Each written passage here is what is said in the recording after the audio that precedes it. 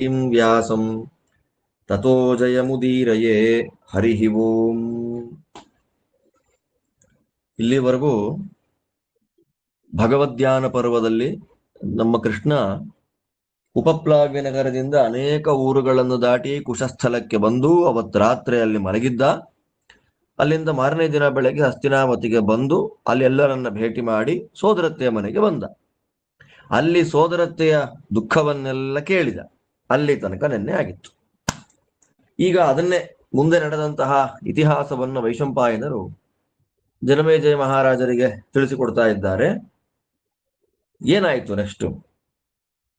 ತಥಾಶ್ವಾಸಯಾಮಾಸ ಪುತ್ರಾದಿಭಿರಭಿಪ್ಲುತಾಂ ಪಿತೃಶ್ವಸಾರಂ ಶೋಚಂತೀಂ ಪೃಥಾಂ ಪಾರ್ಥಸಖೋ ಹರಿಃ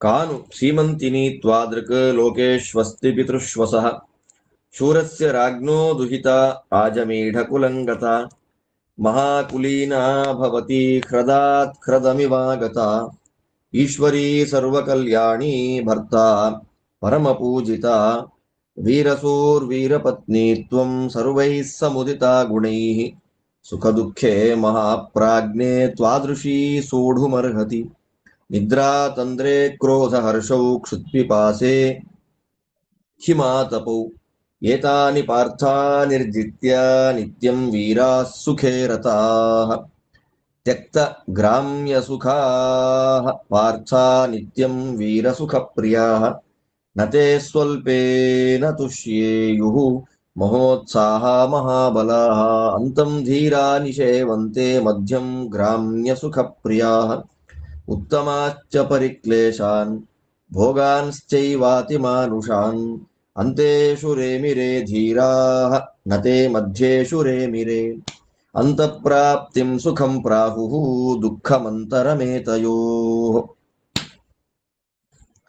ಅಭಿವಾದಯಂತಿ ಭವತೀಂ ಪಾಂಡವಾಃ ಸಹ ಕೃಷ್ಣಯ ಆತ್ಮಾನಂತೆ ಕುಶಲಿನಂ ನಿವೇದ್ಯಾಹುರನಾಮಯಂ ಅರೋಗಾನ್ ಸರ್ವಸಿದ್ಧಾರ್ಥಾನ್ ಕ್ಷಿಪ್ರಂ ದ್ರಕ್ಷ್ಯತಿ ಪಾಂಡವಾನ್ ಈಶ್ವರಾನ್ ಸರ್ವಲೋಕಸ್ಯ ಹತಾಮಿತ್ರಾನ್ ಶ್ರಿಯಾವೃತಾನ್ ಏವಮಾಶ್ವಾಸಿತಾ ಕುಂತಿ ಪ್ರತ್ಯುವಾಚ ಜನಾರ್ದನಂ ಪುತ್ರಾದಿಭಿರಭಿಧ್ವಸ್ತಾ ನಿಗೃಹ್ಯ ಬುದ್ಧಿಜಂ ತಮಃ. ಹೇಳ್ತಾರೆ ಇಲ್ಲಿ ಕೃಷ್ಣ ಅತ್ಯಂತ ದೀರ್ಘವಾದ ಕುಂತಿ ಕೃಷ್ಣನ ಮುಂದೆ ದುಃಖಪಟ್ಟ ಆ ಎಲ್ಲ ವಿಷಯಗಳನ್ನ ವೇದವ್ಯಾಸ ದೇವರು ಒಟ್ಟು 99 ಶ್ಲೋಕಗಳಲ್ಲಿ ಸಂಗ್ರಹ ಮಾಡಿ ಕೊಟ್ಟಿದ್ದಾರೆ. ಅಷ್ಟು ದೀರ್ಘವಾದ ಗೋಳಾಟ. ಪಾಪ ತುಂಬಾ ದುಃಖ ಪಡ್ತಾ ಇದ್ದಾಳೆ. ಅವಳನ್ನು ನೋಡಿದ ಸೋದರತ್ತೆ ಬೇರೆ ಯಾರೂ ಅಲ್ಲ, ಪಾರ್ಥ ಸಖೋ ಹರಿಹಿ, ಪಾರ್ಥ ಸಖನಾದ ಶ್ರೀಹರಿ. ಇವಳ ಆಪತ್ತನ್ನ ದುಃಖವನ್ನ ಶೋಕವನ್ನ ಪರಿಹಾರ ಮಾಡುವ ಹರಿ ಶ್ರೀಕೃಷ್ಣ ಸಮಾಧಾನ ಮಾಡ್ತಾನೆ. ಅತ್ತೇ, ನಿನ್ನಂಥ ಹೆಣ್ಣು ಮಗಳು ಲೋಕದಲ್ಲಿ ಯಾರಿದ್ದಾಳೆ ಅತ್ತೆ? ನಿನ್ನಂಥವಳು ಯಾರಿದ್ದಾಳೆ ಲೋಕದಲ್ಲಿ? ನೀರು ಆಕಾಶದಿಂದ ಕೆಳಗಿಳಿದು ಬರುತ್ತೆ. ಕೆಳಗಿಳಿದು ಬಂದ ನೀರು ಒಂದು ಸರೋವರವನ್ನ ತುಂಬಿ ಆ ಚಾನಲ್ಗಳ ಮೂಲಕ ಇನ್ನೊಂದು ಸರೋವರಕ್ಕೆ ಹೋಗಿ ಸೇರುತ್ತೆ. ಹಾಗೆ ನಮ್ಮ ತಾತ ಶೂರ ಮಹಾರಾಜನ ಮಗಳಾಗಿ ಹುಟ್ಟಿದೆ, ಕುಂತಿಭೋಜನ ಮಗಳಾಗಿ ಸೇರಿದೆ, ಆಜಮೀಢ ಕುಲಕ್ಕೆ ಬಂದೆ ಅಲ್ವಾ? ಎಂಥವಳು ನೋಡಿ ನೀನು. ನಿನ್ನ ಗಂಡ ನಿನಗೆ ಮರ್ಯಾದೆ ಮಾಡ್ತಿದ್ದ, ನಿನ್ನ ಜ್ಞಾನದ ಬಗ್ಗೆ ನಿನ್ನ ಗಂಡನಿಗೆ ಒಳ್ಳೆ ಗೌರವ ಇತ್ತು, ಪರಮ ಪೂಜಿತಾ ಭರ್ತ್ರ. ನೋಡಿ, ನಿನ್ನ ಗಂಡ ನಿನಗೆ ಮರ್ಯಾದೆ ಮಾಡ್ತಾ ಇದ್ದ, ಪೂಜೆ ಮಾಡ್ತಾ ಇದ್ದ, ಎಲ್ಲ ಕಲ್ಯಾಣಗಳಿಗೂ ನೀನು ಈಶ್ವರಿ ಸ್ವಾಮಿಯಾಗಿದ್ದೆ. ವೀರರಾದ ಮಕ್ಕಳ ತಾಯಿ, ವೀರನ ಪತ್ನಿ, ಎಲ್ಲ ಗುಣಗಳಿಂದ ಕೂಡಿದವಳು. ಹಾಗಿದ್ದಾಗ ನಿನ್ನಂಥವಳು ಏನ್ ಮಾಡಬೇಕು? ಅಳೋದಲ್ಲ, ಸುಖ ದುಃಖಗಳನ್ನ ಸಮಾನವಾಗಿ ಅನುಭವಿಸಬೇಕು. ಸುಖ ದುಃಖೇ ಸಮೇ ಕೃತ್ವ ಲಾಭಾಲಾಭು. ಕೃಷ್ಣ ಗೀತೆಯಲ್ಲಿ ಹೇಳ್ತಾನೆ, ನೆಕ್ಸ್ಟ್ ಪರ್ವದಲ್ಲಿ ಬರುತ್ತೆ, ಭೀಷ್ಮ ಪರ್ವದಲ್ಲಿ. ನಿನ್ನಂಥವಳ ಇಷ್ಟು ದೊಡ್ಡ ವಂಶದಲ್ಲಿ ಹುಟ್ಟಿದ ನೀನೇ ಸುಖ ದುಃಖಗಳನ್ನ ತಿತಿಕ್ಷಾ ಸಹನೆ ಮಾಡಲಿಲ್ಲ ಅಂದ್ರೆ ಹೇಗಮ್ಮ? ಅಯ್ಯೋ ನನ್ನ ಮಕ್ಕಳು ಅಂತ ಹೇಳಿದೆಯಲ್ಲ, ನಿದ್ರೆ, ಆಲಸ್ಯ, ಕ್ರೋಧ, ಹರ್ಷ, ಹಸಿವು, ಬಾಯಾರಿಕೆ, ಬಿಸಿಲು, ಚಳಿ ಇದೆಲ್ಲವನ್ನ ಗೆದ್ದಿದ್ದಾರವರು, ಸುಖದಿಂದ ಇದ್ದಾರೆ.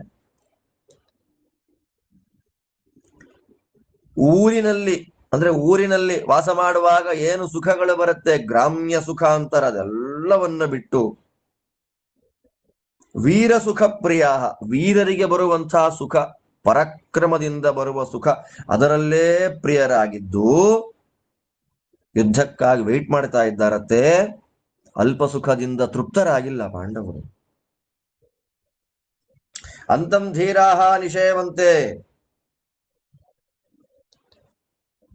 ಮಧ್ಯಂ ಗ್ರಾಮ್ಯ ಸುಖ ಪ್ರಿಯಾ. ದೊಡ್ಡ ಮಾತಿದು, ಸಿದ್ಧಾಂತದ ಮಾತು. ಕೃಷ್ಣದೇವರ ಬಾಯಲ್ಲೇ ಬರುತ್ತೆ ಅಂದ್ಮೇಲೆ ಮುಗೀತಲ್ಲ, ಪ್ರತ್ಯೇಕವಾಗಿ ನಾವೇನು ಹೇಳೋದು? ಧೀರಾಹ ಒಟ್ಟು 4 ಅರ್ಥಗಳು, ಪುರುಷಾರ್ಥಗಳು ಒಟ್ಟು 4. ಯಾವುದು 4 ಪುರುಷಾರ್ಥಗಳು ಅಂದ್ರೆ ಧರ್ಮ, ಅರ್ಥ, ಕಾಮ, ಮೋಕ್ಷ. ಈ 4 ಪುರುಷಾರ್ಥಗಳಲ್ಲಿ ಧೀರರಾದಂತಹ ವ್ಯಕ್ತಿಗಳು, ಧೀರರು ಅಂದ್ರೆ ಧಿಯಾ ರಮಂತೆ, ಬುದ್ಧಿಯಲ್ಲಿ ತತ್ವಜ್ಞಾನದಲ್ಲಿ ಆಸಕ್ತರಾಗಿರತಕ್ಕಂತಹ ವ್ಯಕ್ತಿಗಳಿಗೆ, ಜೀವರಿಗೆ ಯಾವುದಿಷ್ಟ ಧರ್ಮಾರ್ಥ ಕಾಮ ಮೋಕ್ಷಗಳಲ್ಲಿ ಅಂದ್ರೆ ಧೀರಾ ಅಂತಂ ನಿಷೇವಂತೆ. ಕೃಷ್ಣ ಹೇಳ್ತಾನೆ, ಅಂತ ಅಂದ್ರೆ ಆ ಕಡೆ ಈ ಕಡೆ. ಧರ್ಮಾರ್ಥ ಕಾಮ ಮೋಕ್ಷಗಳಲ್ಲಿ 2 ತುದಿಗಳಲ್ಲಿ ಇರುವಂಥದ್ದು ಯಾವುದು? ಒಂದು ಕಡೆ ಧರ್ಮ, ಇನ್ನೊಂದು ಕಡೆ ಮೋಕ್ಷ. ಆ 2 ಅಪೇಕ್ಷೆ ಪಡ್ತಾರೆ, ಸೇವೆ ಮಾಡ್ತಾರೆ ಧೀರರು. ಮಧ್ಯಂ ಗ್ರಾಮ್ಯ ಸುಖ ಪ್ರಿಯ, ಕೇವಲ ಇಂದ್ರಿಯಗಳ ಸುಖ, ಊಟ ತಿಂಡಿ, ಸಂಪತ್ತು, ಕಾರು, ಬಂಗಾರ, ಆಸ್ತಿ ಅನ್ನುವುದರಲ್ಲೇ ಆಸಕ್ತರಾದ ವ್ಯಕ್ತಿಗಳು ಮಧ್ಯಂ ಅರ್ಥಕಾಮಗಳನ್ನ ಅಪೇಕ್ಷೆ ಪಡ್ತಾರೆ. ಆದ್ದರಿಂದ ಆರಂಭದಲ್ಲಿ ಕಷ್ಟವಾದರೂ ಧರ್ಮದಲ್ಲಿ ಆಸಕ್ತರಾಗಿ ಮೋಕ್ಷವನ್ನು ಟಾರ್ಗೆಟ್ ಮಾಡಿಕೊಂಡಂತಹ ಧೀರರುಗಳು ತುಂಬಾ ಕಷ್ಟ ಅನುಭವಿಸ್ತಾರೆ ಲೋಕದಲ್ಲಿ. ಪರಿಕ್ಲೇಶಾನ್, ಎಷ್ಟು ಕಷ್ಟಗಳನ್ನು ಅನುಭವಿಸ್ತಾರೆ ಸಾಧನೆ ಮಾಡುವಾಗ ಅಂದ್ರೆ ಅದಕ್ಕೆ ಪ್ರತಿಫಲವಾಗಿ ಭಗವಂತ ಕೊಡ್ತಾನೆ ಅತಿಮಾನುಷಾನ್ ಭೋಗಾನ್. ಮನುಷ್ಯರಿಗೆ ಗ್ರಾಮ್ಯ ಸುಖವನ್ನೇ ದೊಡ್ಡದ್ದು, ಕೋಟ್ಯಾಂತರ ರೂಪಾಯಿ ಸಂಪಾದನೆ ಮಾಡೋದೇ ದೊಡ್ಡದು, ಸಾಧನೆಗೆ ಉಪಯೋಗ ಬೇಡ ಅಂತ ಕೇವಲ ಶಾಸ್ತ್ರ, ಧರ್ಮ, ಜ್ಞಾನಿಗಳು, ಭಗವಂತ ಎಲ್ಲರ ಸೇವೆಯನ್ನು ಬಿಟ್ಟು ಹಣ ಸಂಪಾದನೆಯಲ್ಲೇ ರತರಾಗಿ ಅರ್ಥಕಾಮಗಳಲ್ಲೇ ಮುಳುಗಿದ ವ್ಯಕ್ತಿಗಳು ಕಲ್ಪನೆ ಮಾಡ್ಕೊಳ್ಳಿಕ್ಕೂ ಆಗದೇ ಇರತಕ್ಕಂತಹ ಸುಖವನ್ನ ಅವರು ಪಡೀತಾರೆ.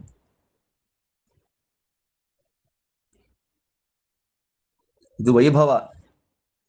ನಮ್ಮಲ್ಲಿ ನಾನು ಕಂಡಂತೆ ಏನಾಗ್ಬಿಟ್ಟಿದೆ ಈಗ ಅಂತಂದ್ರೆ, ಲೌಕಿಕರ ವಿಷಯ ಮಾತಾಡೋದಲ್ಲ. ಈಗ ಶಾಸ್ತ್ರ ಅಧ್ಯಯನ ಮಾಡಿದವರು ಲೌಕಿಕರೇ, ಬೇರೆಯವರಲ್ಲ.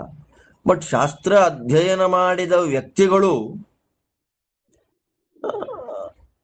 ಸೋಕಾಲ್ಡ್, ಆ ಸೋಕಾಲ್ಡ್ ಅಲ್ಲಿ ನಾನು ಇರಬಹುದೇನೋ ಗೊತ್ತಿಲ್ಲ, ಆ ಸೋಕಾಲ್ಡ್ ಪಂಡಿತರು ಅಂತ ಅನ್ನಿಸಿಕೊಂಡಂತಹ ವ್ಯಕ್ತಿಗಳು, ಸುಧಾಮಂಗಳಗಳನ್ನ ಮಾಡಿಕೊಂಡವರು ಕೂಡ ಶಾಸ್ತ್ರ ಸಿದ್ಧವಾದ, ಶಾಸ್ತ್ರ ಅಪೇಕ್ಷೆ ಪಡತಕ್ಕಂತಹ ಉಡುಪುಗಳು ಅಂತ ನಾವೇನಂತೀವಿ ಡ್ರೆಸ್ ಕೋಡ್, ಆ ಶಾಸ್ತ್ರಕ್ಕೆ ಅನುಗುಣವಾದ ಡ್ರೆಸ್ ಕೋಡ್ ಅನ್ನು ಹಾಕೊಳ್ಳಿಕ್ಕೆ ಅವಮಾನವನ್ನ ಪಡತಕ್ಕಂತಹ ಕಾಲ ಬಂದಿದೆ ಈಗ.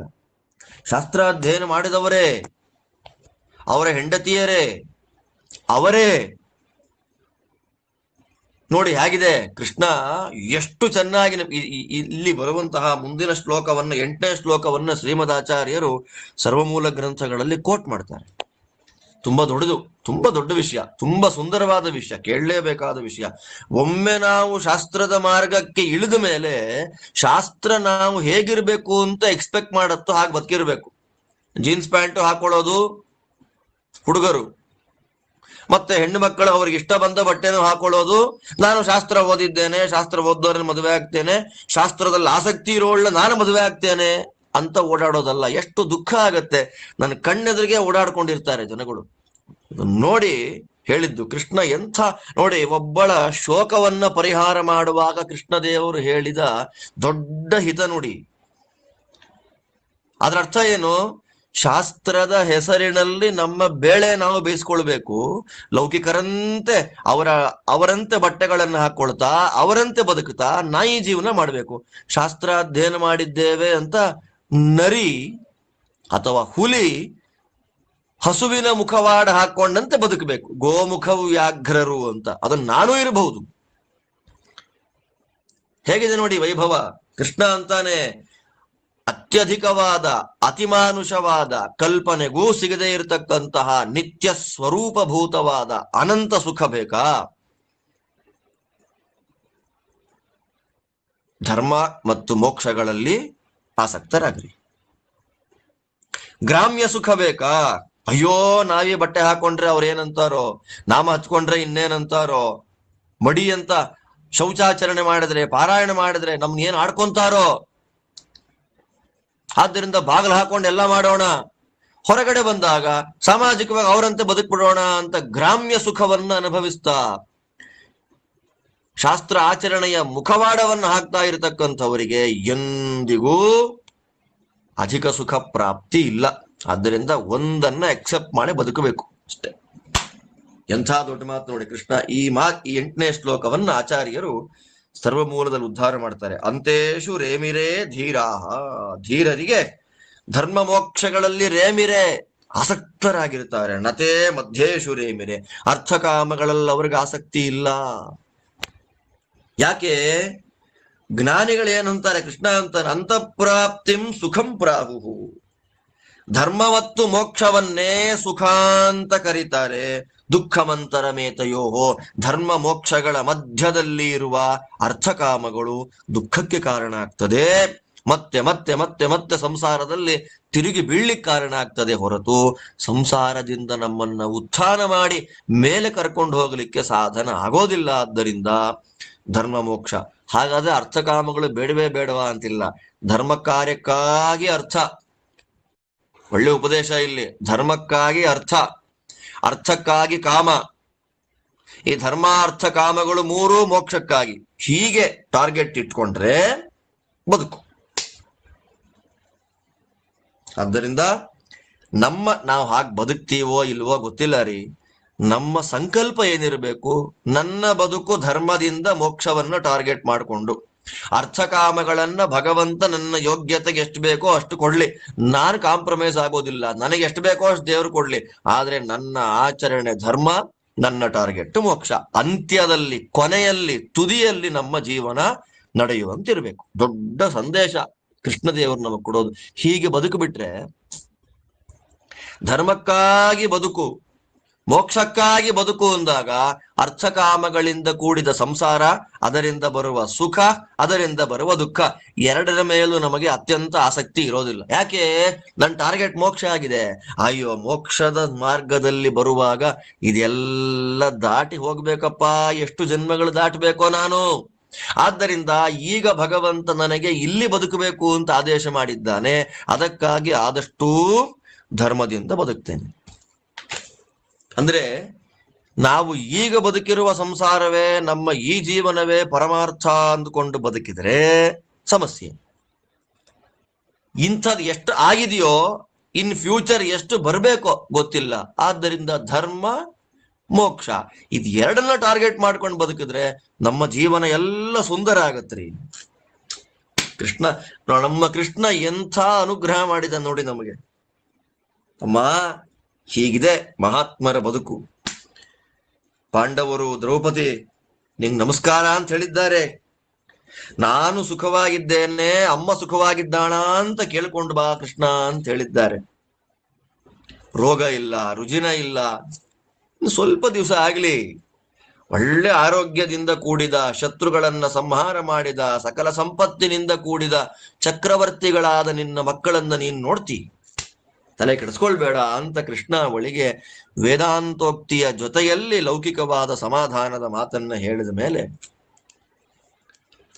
ಹೇಳ್ತಾಳೆ, ಪುತ್ರಾದಿಭಿರಭಿಧ್ವಸ್ತ, ಮಕ್ಕಳ ಮೇಲಿನ ಮೋಹದಿಂದ, ಪಾಪ ಅವ್ರು ಏನಾಗ್ಬಿಟ್ಟಿದ್ದಾರೋ ಅನ್ನುವ ಚಿಂತೆಯಿಂದ ವಿವೇಕವನ್ನ ಕಳ್ಕೊಂಡಿದ್ದ, ಅಜ್ಞಾನಿಯಂತೆ ಮಾತಾಡ್ತಾ ಇದ್ದ ಕುಂತಿ ಅವಳ ಎಲ್ಲ ಅಬುದ್ಧಿಜ ಅಜ್ಞಾನದಿಂದ ಕೂಡಿದ ಬುದ್ಧಿಯನ್ನ ನಿಗೃಹ್ಯ ಸೆಲ್ಫ್ ಕಂಟ್ರೋಲ್, ಇದು ಜ್ಞಾನಿಗಳ ಲಕ್ಷಣ.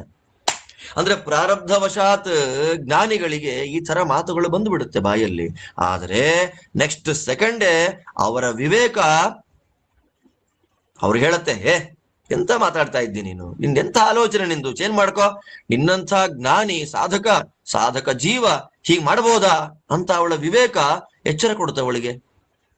ತಕ್ಷಣದಲ್ಲೇ ಆ ವಿವೇಕ ಎನ್ನುವ ಅಗ್ನಿಗೆ ಕೃಷ್ಣನ ಉಪದೇಶ ಎನ್ನುವ ಗಾಳಿ ಬೀಸಿತು, ಅಜ್ಞಾನವೆನ್ನುವ ಧೂಳು ಹೋಗಿತು, ಕುಂತಿಯ ಶುದ್ಧವಾದ ಬುದ್ಧಿ ಎನ್ನುವ ಅಗ್ನಿ ಜಾಜ್ವಲ್ಯಮಾನವಾಗಿ ಉರಿಯಿತು, ಅಜ್ಞಾನದಿಂದ ಬಂದಂತಹ ಮೋಹದಿಂದ ಉಂಟಾದ ಕತ್ತಲನ್ನ ಕಳೆದುಕೊಂಡ್ಲು. ಮಾತಾಡ್ತಾಳೆ, ಯದ್ಯತ್ತೇಷಾಂ ಮಹಾಭಾಗೋ ಪಥ್ಯಂ ಸ್ಯಾನ್ ಮಧುಸೂದನ ಯಥಾ ಯಥಾ ತ್ವಂ ಮನ್ಯೇಥಾಃ ಕುರ್ಯಾಃ ಕೃಷ್ಣ ತಥಾ ತಥಾ ಅವಿಲೋಪೇನ ಧರ್ಮಸ್ಯ ಅನಿಕೃತ್ಯ ಪರಂತಪ ಪ್ರಭಾವಜ್ಞಾಸ್ಮಿತೆ ಕೃಷ್ಣ ಸತ್ಯಸ್ಯಾಪಿ ಜನಸ್ಯ ಚ ವ್ಯವಸಾಯಸ್ಯ ಮಿತ್ರೇಷು ಬುದ್ಧಿ ವಿಕ್ರಮಯೋಸ್ತಥಾ ತ್ವಮೇವ ನಃ ಕುಲೇ ಧರ್ಮಃ ತ್ವಂ ಸತ್ಯಂ ತ್ವಂ ತಪೋ ಮಹತ್ ತ್ವಂ ಧಾತಾ ತ್ವಂ ಮಹದ್ಬ್ರಹ್ಮ ತ್ವಯಿ ಸರ್ವಂ ಪ್ರತಿಷ್ಠಿತಂ ಯಥೈವಾತ್ಥ ತಥೈವೈತತ್ತ್ವಯಿ ಸತ್ಯಂ ಭವಿಷ್ಯತಿ ಕುರುಣಾಂ ಪಾಂಡವಾನಾಂ ಚ ಲೋಕಾನಾಂ ಚ ಅಪರಾಜಿತ ಸರ್ವಸ್ಯೈತಸ್ಯ ವಾರ್ಷ್ಣೇಯ ಗತಿಸ್ತ್ವಮಸಿ ಮಾಧವ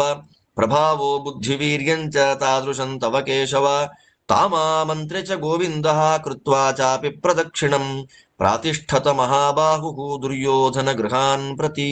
ಯಾವಾಗ ಅವಳಿಗೆ ಅಜ್ಞಾನ ಹೋಯಿತು, ಮಮತೆ ಹೋಯಿತು, ನನ್ನದ್ದೂ ಎನ್ನುವಂತಹ ಭ್ರಾಂತಿ ಅವಳಿಗೆ ಹೋಯಿತು, ಅವಳ ಬಾಯಲ್ಲಿ ಅದ್ಭುತವಾದ ಸ್ತೋತ್ರ ಬಂತು.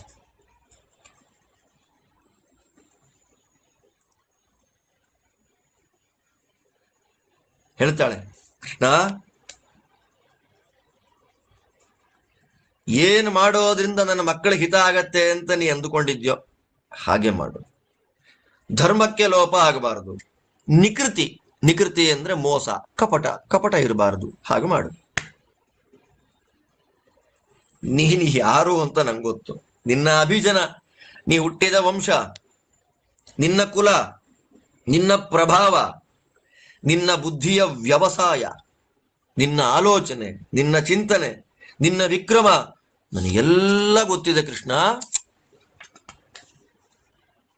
ನಮ್ಮ ವಂಶಕ್ಕೆ ಧರ್ಮ ಯಾರು? ನೀನೆ, ಧಾರಕ ನೀನೆ. ಸತ್ಯನಾಮಕವಾದ ಬ್ರಹ್ಮಸೂತ್ರಕ್ಕೆ ಪ್ರತಿಪಾದ್ಯನಾದವನು ನೀನೆ. ಶ್ರೇಷ್ಠವಾದ ಆಲೋಚನೆಯನ್ನ ಮಾಡುವ ತಪಸ್ಸು ನೀನೆ. ಎಲ್ಲರಿಗೂ ಎಲ್ಲವನ್ನ ಕೊಡತಕ್ಕಂಥವನು ನೀನೆ, ಧಾತ. ಮಹದ್ ಬ್ರಹ್ಮ ನೋಡಿ, ಸರ್ವೋತ್ತಮವಾದ ಬ್ರಹ್ಮ ಶಬ್ದವಾಚ್ಯವಾದ ಮಹತ್ ತತ್ವ, ದೊಡ್ಡ ತತ್ವ ನೀನೆ ಕೃಷ್ಣ. ಮಹದ್ ಬ್ರಹ್ಮ ನೀನೇಪ್ಪ. ಎಲ್ಲವೂ, ಪ್ರಪಂಚದಲ್ಲಿ ಸಕಲವೂ ಆಶ್ರಯ ಮಾಡಿಕೊಂಡಿರುವಂಥದ್ದು ನಿನ್ನನ್ನೇ. ಸತ್ಯವೂ ನಿನ್ನನ್ನೇ ಆಶ್ರಯ ಮಾಡಿಕೊಂಡಿದೆ ಕೃಷ್ಣ. ಆದ್ದರಿಂದ ನೀನ್ ಹೇಗೆ ಆಲೋಚನೆ ಮಾಡ್ತಿ ಹಾಗೇ ನಡೆಯುತ್ತೆ, ನೀನೇನ್ ಹೇಳ್ತೀಯ ಹಾಗೇ ಆಗುತ್ತೆ. ಆದ್ದರಿಂದ ಕುರುಪಾಂಡವರಿಗೆ ಅಷ್ಟು ಮಾತ್ರ ಅಲ್ಲ, ಸಕಲ ಜೀವರಾಶಿಗಳಿಗೆ, ಚತುರ್ದಶ ಭುವನಾತ್ಮಕವಾದ ಬ್ರಹ್ಮಾಂಡಕ್ಕೆ ಗತಿಯಾದವನು ನೀನೆ. ಆದ್ದರಿಂದ ನೀನು ಹೇಗೆ ಮಾಡಿದ್ರೆ ಒಳ್ಳೇದಾಗುತ್ತೆ ಅಂತ ಅಂದುಕೊಳ್ತೀಯೋ ಹಾಗೆ ಮಾಡು ಅಂತ. ಅಂದ್ರೆ ವಿಷ್ಣು ಸರ್ವೋತ್ತಮತ್ವ ಜ್ಞಾನದ ಪೂರ್ವಕ ಕೆಲವು ಮಾತುಗಳನ್ನ ಕೃಷ್ಣನ ಮುಂದೆ ಕುಂತಿ ಆಡಿದಾಗ ಕೃಷ್ಣ ಇನ್ನೇನು ಮಾತಾಡಲಿಲ್ಲ. ಪ್ರದಕ್ಷಿಣೆ ಬಂದ, ನಮಸ್ಕಾರ ಮಾಡ್ದ, ಹೋಗಿ ಬರ್ತೀನಿ ಅಂತಂದ, ನೇರವಾಗಿ ದುರ್ಯೋಧನನ ಮನೆಗೆ ಬಂದುಬಿಟ್ಟ. ಇದರಿಂದ ಏನ್ ಗೊತ್ತಾಗುತ್ತೆ? ತತ್ವ ಏನ್ ಗೊತ್ತಾಗಿದ್ ನಮಗಿದ್ರಲ್ಲಿ? ನಮ್ಮ ಗೋಳು 99 ಶ್ಲೋಕ, ನಮ್ಮ ಗೋಳು 99 ಶ್ಲೋಕಗಳಷ್ಟು ದೀರ್ಘವಾದದ್ದು ನಮ್ಮ ದುಃಖವಾದ್ರೆ, ಆ ದುಃಖ ಪರಿಹಾರ ರೂಪವಾದ ಕೃಷ್ಣದೇವರ ಸಮಾಧಾನದ ಮಾತು 10 ಶ್ಲೋಕ. ಹೇಗಿದೆ ನೋಡಿ. ಅಂದ್ರೆ ನಾವು ನಮ್ಮ ದುಃಖವನ್ನ, ಶೋಕವನ್ನ, ಆತಂಕವನ್ನ ತಲೆ ಹಚ್ಕೊಂಡು ಇದೇ ಸತ್ಯ ಅಂತ ಅಂದುಕೊಳ್ಳುವ ಮೊದಲಿಗೆ ಕೃಷ್ಣದೇವರ ಸಮಾಧಾನದ ಮಾತುಗಳು ನಮ್ಮ ನೆನಪಿಗೆ ಬಂದರೆ ನಾವು ಯಾವುದಕ್ಕಾಗಿ ಶೋಕ ಪಡ್ತಾ ಇದ್ದೇವೆ, ಯಾವುದಕ್ಕಾಗಿ ದುಃಖ ಪಡ್ತಿದ್ದೇವೆ, ನಮ್ಮ ಗೋಳು ಯಾಕೆ ಅನ್ನುವ ಕ್ವಶನ್ ಮಾರ್ಕ್ ನಾವೇ ಹಾಕೊಂಡು ಬಿಟ್ರೆ 99 ಶ್ಲೋಕಗಳ ಗೋಳು 3 ಶ್ಲೋಕ ಕಿಳಿಯುತ್ತೆ. 3 ಶ್ಲೋಕಗಳ ಗೋಳಿನ ಮುಂದೆ 10 ಶ್ಲೋಕದ ಸಮಾಧಾನ ಏನು ಅನಂತ ರೀ ಅದು. ಅನಂತ ಬಾಹುಗಳಿಂದ ಭಗವಂತ ನಮ್ಮನ್ನು ರಕ್ಷಣೆ ಮಾಡಲಿಕ್ಕಿದ್ದಾನೆ ಅನ್ನುವ ಭರವಸೆಯೇ ಮುಂದಿನ ಜೀವನಕ್ಕೆ ಮಾರ್ಗದರ್ಶಿ. ನಮಗಿರಲಿ ಅದಲ್ಲ. ಕುಂತಿದೇವಿಯ ಈ ಪ್ರಸಂಗದಿಂದ ನಾವು ತಿಳ್ಕೊಳ್ಬೇಕಾದ ಶ್ರೇಷ್ಠವಾದ ಪಾಠ. ಅಲ್ಲಿಂದ ಮುಂದೆ ಕೃಷ್ಣ ಎಲ್ಲಿಗೆ ಬಂದ? ಪೃಥಾ ಮಾಮಂತ್ರ್ಯ ಗೋವಿಂದ ಕೃತ್ವಾ ಚಾಪಿ ಪ್ರದಕ್ಷಿಣಂ ದುರ್ಯೋಧನ ಗೃಹಂ ಶೌರಿ ಅಭ್ಯಗಚ್ಚದರಿಂದಮಃ ಲಕ್ಷ್ಮ್ಯಾ ಪರಮಯಾ ಯುಕ್ತಂ ಪುರಂದರ ಗೃಹೋಪಮಂ ವಿಚಿತ್ರೈರಾಸನೈರ್ಯುಕ್ತಂ ಪ್ರವಿವೇಶ ಜನಾರ್ದನಃ ತಸ್ಯ ಕಕ್ಷ್ಯಾ ವ್ಯತಿಕ್ರಮ್ಯ ತಿಸ್ರೋ ದ್ವಾಸ್ಥೈರವಾರಿತಃ ತತೋಭ್ರಘನ ಸಂಕಾಶಂ ಗಿರಿಕೂಟಮಿವೋಚ್ಛ್ರಿತಂ ಶ್ರಿಯಾಜ್ವಲಂತಂ ಪ್ರಾಸಾದಮಾರುರೋಹ ಮಹಾಯಶಾಃ ತತ್ರ ರಾಜಸಹಸ್ರೈಶ್ಚ ಕುರುಭಿಶ್ಚಾಪಿ ಸಂವೃತಂ ಧಾರ್ತರಾಷ್ಟ್ರಂ ಮಹಾಬಾಹುಂ ದದರ್ಶಾಸೀನಮಾಸನೆ ದುಶ್ಯಾಸನಂಚ ಕರ್ಣಂಚ ಶಕುನಿಂಚಾಪಿ ಸೌಬಲಂ ದುರ್ಯೋಧನ ಸಮೀಪೇ ತಾನಾಸನಸ್ಥಾನ್ ದದರ್ಶ ಸಹ ಅಭ್ಯಾಗಚ್ಚತಿ ದಾಶಾರ್ಹೇ ಧಾರ್ತರಾಷ್ಟ್ರೋ ಮಹಾಮನಃ ಉದತಿಷ್ಠತ್ ಸಹಾಮಾತ್ಯಃ ಪೂಜಯನ್ ಮಧುಸೂದನಂ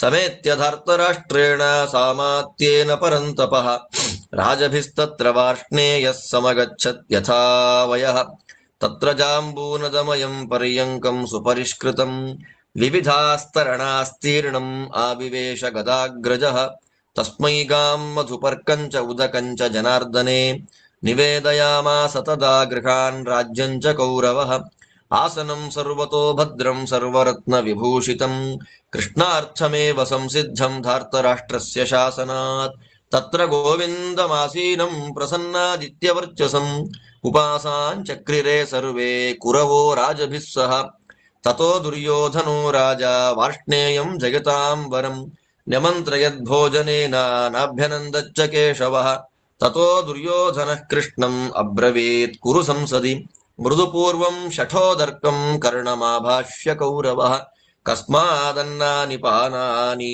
ವಾಸಾಂಸಿ ಶಯನಾನಿ ಚ ತ್ವದರ್ಥಮುಪನೀತಾನಿ ನಾಭುಂಕ್ತಾಸ್ತ್ವಂ ಜನಾರ್ದನ ಭೀಷ್ಮದ್ರೋಣಾವತಿಕ್ರಮ್ಯ ಮಾಂಚೈವ ಮಧುಸೂದನ ಕಿಮರ್ಥಂ ಪುಂಡರೀಕಾಕ್ಷ ಭುಕ್ತಂ ವೃಷಲಭೋಜನಂ ಉಭಯೋಶ್ಚ ದದತ್ಸಾಹ್ಯಂ ಉಭಯೋಶ್ಚ ಹಿತೇ ರತಃ ಸಂಬಂಧೀ ದಯಿತಶ್ಚಾಸಿ ಧೃತರಾಷ್ಟ್ರಸ್ಯ ಮಾಧವ ತ್ವಂ ಹಿ ಗೋವಿಂದ ಧರ್ಮಾರ್ಥೌ ವೇತ್ಥ ತತ್ವೇನ ಸರ್ವಶಃ ತತ್ರ ಕಾರಣಮಿಚ್ಛಾಮಿ ಶ್ರೋತುಂ ತವ ಜನಾರ್ದನ ಸ ಏವ ಮುಕ್ತೋ ಗೋವಿಂದಃ.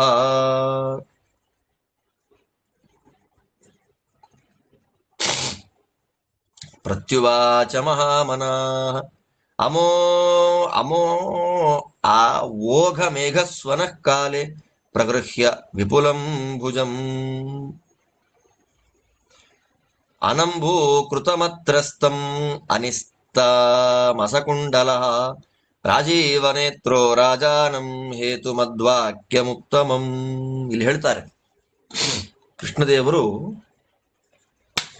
ಅಲ್ಲಿಂದ ಕುಂತಿಯ ಆದೇಶದಂತೆ ಅವಳ ಪರ್ಮಿಷನ್ನಿಂದ ಅವಳಿಗೆ ಪ್ರದಕ್ಷಿಣೆಯನ್ನು ಮಾಡಿ ಹೊರಟ. ನೇರವಾಗಿ ದುರ್ಯೋಧನನ ಮನೆಗೆ ಬಂದ. ಹೇಗಿದೆ? ಇಂದ್ರನ ಮನೆ ಇದ್ದ ಹಾಗಿದೆ. ವಿಚಿತ್ರವಾದ ಆಸನಗಳು, ದೊಡ್ಡ ಸಂಪತ್ತು. ಬಂದ. ಅಲ್ಲಿ 2 ಕಡೆಗಳಲ್ಲಿ ದ್ವಾರಪಾಲಕರು ತಡೆದ್ರು ಅಂತ ತಡಿಲಿಕ್ಕೆ ದ್ವಾರಪಾಲಕರು ಇರ್ತಾರೆ. ಕೃಷ್ಣ ಬಂದ, ಕೃಷ್ಣನ್ ತಡೆಯೋರು ಯಾರು? 3 ಕಕ್ಷೆಗಳು ಅದೆಲ್ಲವನ್ನ ದಾಟಿ ಉಪ್ಪರಿಗೆ ಮೇಲೆ ಏರಿದ ಕೃಷ್ಣ. ಫಸ್ಟ್ ಫ್ಲೋರ್ ಅಲ್ಲಿ ಇದ್ದ ದುರ್ಯೋಧನ. ಅಲ್ಲಿ ಹೇಗಿದ್ದಾನೆ ದುರ್ಯೋಧನ, ಅವನ ಬಗ್ಗೆ ವರ್ಣನೆ ಮಾಡ್ತಾರೆ ನೋಡಿ. 1,000 ರಾಜರುಗಳಿದ್ರಂತೆ, ಅವರ ಸುತ್ತಲೂ ಕೌರವರಿದ್ದಾರೆ, ಅವರನ್ನ ಸುತ್ತುವರಿದ ದುರ್ಯೋಧನ ದೊಡ್ಡ ಆಸನದಲ್ಲಿ ಕೂತಿದ್ದ. ಅಂಥ ದುರ್ಯೋಧನನನ್ನು ನೋಡಿದ ಕೃಷ್ಣ.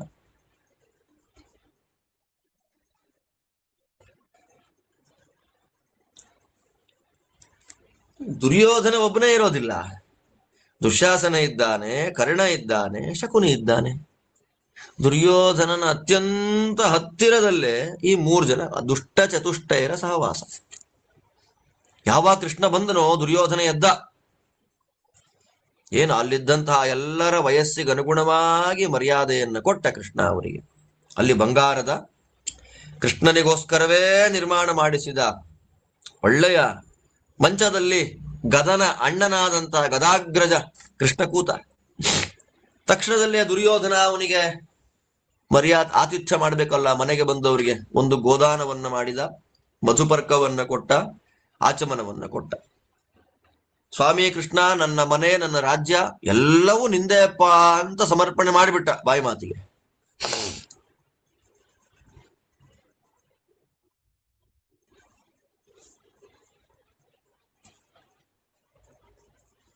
ಸರ್ವತೋಭದ್ರವಾದ ಆಸನ ಅದು, ಕೃಷ್ಣ ಕೂತ್ಕೊಳ್ಳಿ ಅಂತಲೇ ನಿರ್ಮಾಣ ಮಾಡಿಸಿದಂತಹ ಆಸನ. ಏನು ಒಳ್ಳೆಯ ಹೊದ್ದಿಗೆಗಳನ್ನೆಲ್ಲ ಹಾಸಿಬಿಟ್ಟಿದ್ದಾರೆ ಅದರಲ್ಲಿ. ತತ್ಕ್ಷಣದಲ್ಲೇ ಕೃಷ್ಣನ ಕೂಡಿಸಿದ್ರ ಮೇಲೆ ಕೃಷ್ಣ ಕೂತ ಮೇಲೆ ಕೃಷ್ಣ ದುರ್ಯೋಧನ ಮಾತಾಡ್ತಾನೆ, ಕೃಷ್ಣ ಊಟ ಕೇಳಪ್ಪ, ಬಾ ಹೇಳಿ ಹೊತ್ತಾಯ್ತು, ಊಟ ಕೇಳು.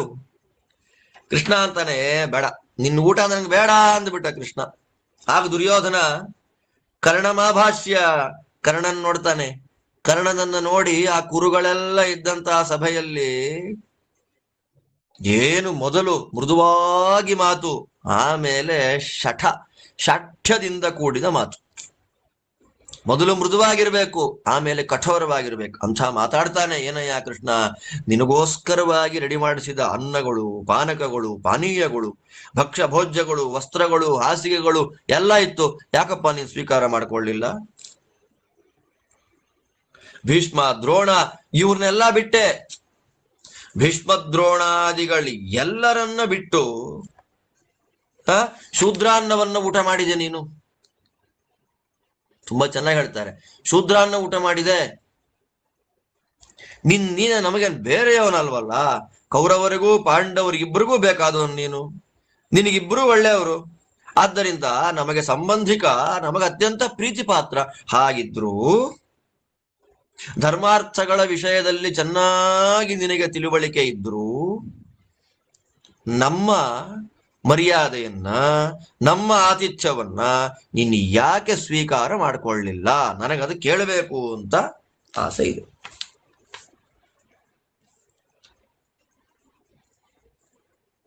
ನೀನ್ ಯಾಕೆ ನಮ್ಮ ಆತಿಥ್ಯವನ್ನ ಸ್ವೀಕಾರ ಮಾಡ್ಕೊಳ್ಳಿಲ್ಲ ಅಂತ ಕೇಳಬೇಕು ಅಂತ ನಂಗೆ ಅನ್ನಿಸ್ತಾ ಇದೆ.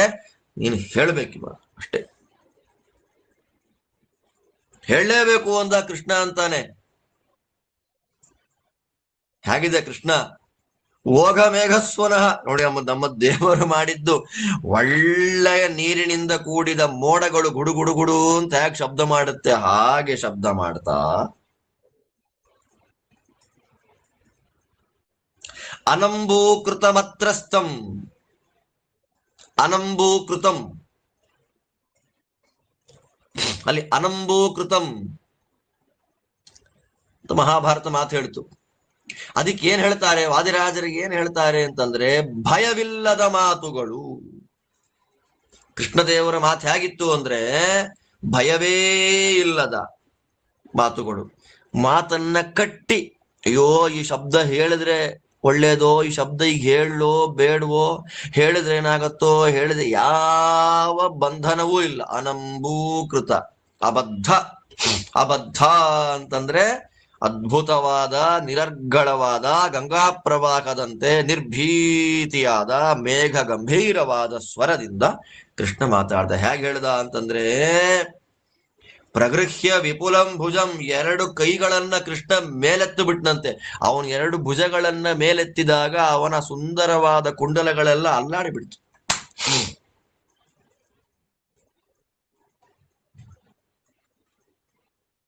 ನೋಡಿ, ದೇವರು ಮಾತಾಡ್ಲಿಕ್ಕೆ ನೀವು ಮಾತಾಡಿಲ್ಲ, ಮಾತಾಡ್ಲಿಕ್ಕೆ ಹೊರಟ್ರೆ ವೈಭವ ನೋಡಿ. ಎರಡು ಭುಜಗಳನ್ನ ಮೇಲೆತ್ತಿ ಬಿಟ್ಟ ಕೃಷ್ಣ, ತಲೆ ಅಲ್ಲಾಡಿಸಿದ್ದಕ್ಕೆ ಕರ್ಣಕುಂಡಲ ಅಲ್ಲಾಡ್ತು. ಮೇಘಗಂಭೀರವಾದ, ತಡೆ ಇಲ್ಲದ, ಹಿಡನ್ ಅಜೆಂಡಾ ಇಲ್ಲದ ಮಾತು ದೇವರ ಬಾಯಲ್ಲಿ ಬಂತು. ಕೃತಾರ್ಥ ಭುಂಜತೆ ದೂತಾ ಪೂಜಾಂ ಗೃಹಂತಿ ಚೈವ ಹಿ ಕೃತಾರ್ಥಂ ಮಾಂ ಸಹ ಮಾತ್ಯಂ ಸಮರ್ಚಿಷ್ಯತಿ ಭಾರತ.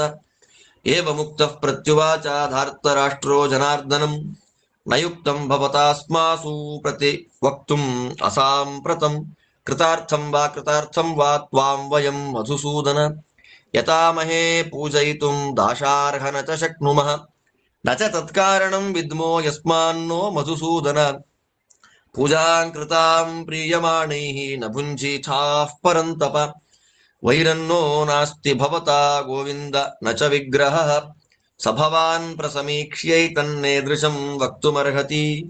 ಏವ ಮುಕ್ತಃ ಪ್ರತ್ಯುವಾಚ ಧಾರ್ತರಾಷ್ಟ್ರಂ ಜನಾರ್ದನಃ ಅಭಿವೀಕ್ಷ್ಯ ಸಹಾಮಾತ್ಯಂ ದಾಶಾರ್ಹಃ ಪ್ರಹಸನ್ನಿವ.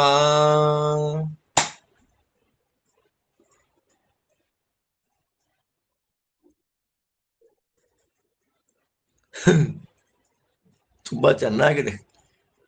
ನಮ್ಮ ಕೃಷ್ಣ ಮಾತಾಡ್ತಾ ಇದ್ದಾನೆ, ನೋಡಪ್ಪ, ನಾನೀಗ ಬಂಧುವಾಗೂ ಬಂದಿಲ್ಲ, ಪ್ರಿಯನಾಗೂ ಬಂದಿಲ್ಲ, ನಾನೀಗ ನಿನ್ನ ಮನೆಗೆ ಬಂದಿರೋದು ದೂತನಾಗಿ. ಆದ್ದರಿಂದ ದೂತರು ಊಟ ಮಾಡೋದು ಯಾವಾಗ?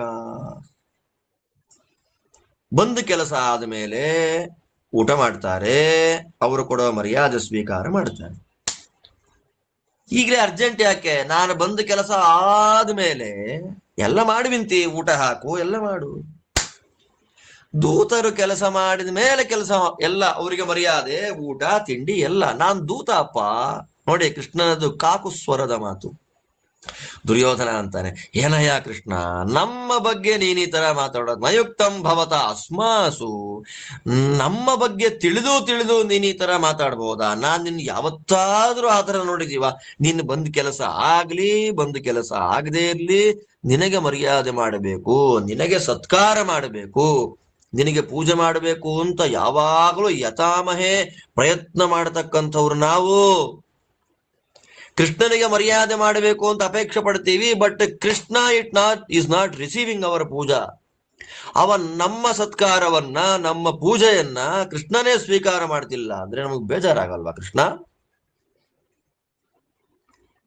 ದೂತನಾಗಿ ಬಂದಿದ್ದೀನಿ, ಕೆಲಸ ಆಗಿಲ್ಲ, ಅದಕ್ಕೆ ಪೂಜಾ ಸ್ವೀಕಾರ ಮಾಡಲ್ಲ ಅಂತ ಅನ್ನೋದು ಒಂದು ಕಾರಣ ಅಷ್ಟೇ. ನಿಜವಾದ ಕಾರಣ ಬೇರೆ ಇದೆ. ನಮಗದು ಗೊತ್ತಾಗ್ತಾ ಇಲ್ಲ. ಈ ಪಾಂಡವರ ಜೊತೆಯಲ್ಲಿ ನಮಗೆ ಶತ್ರುತ್ವ ಇದೆ, ದ್ವೇಷ ಇದೆ, ವಿರೋಧ ಇದೆ. ಸರಿ, ನಿನ್ ಜೊತೆಯಲ್ಲಿ ನಮಗೇನು ವೈರನ್ನೋ ನಾಸ್ತಿ, ನಿನಗೂ ನಮಗೂ ವೈರ ಇಲ್ಲ, ನಿನಗೂ ನಮಗೂ ದ್ವೇಷ ಇಲ್ಲ, ನಿನಗೂ ನಮಗೂ ವಿರೋಧ ಇಲ್ಲ. ಹೀಗಿರುವಾಗ ನಾವು ಪಾಂಡವರನ್ನ ದ್ವೇಷ ಮಾಡ್ತೀವಿ ಅಂತ ನಮ್ಮ ಮೇಲೆ ಸಿಟ್ಟು ಮಾಡ್ಕೊಂಡು ನೀನು ಊಟ ಮಾಡ್ಲಿಲ್ಲ ಅಂದ್ರೆ ಹೇಗೆ ಕೃಷ್ಣ ಇದು? ನಿನಗೊಂದು ಊಟ ಹಾಕ್ಲಿಕ್ಕೂ ನಮ್ಗೆ ಯೋಗ್ತಾ ಇಲ್ವೇನಯ್ಯ? ನಮ್ಮ ಮನೆಯಲ್ಲಿ ಮಲಗಿಸಿಕೊಳ್ಳಿಕ್ಕೂ ಯೋಗ್ತಾ ಇಲ್ವೇನಯ್ಯ? ಪಾಠ.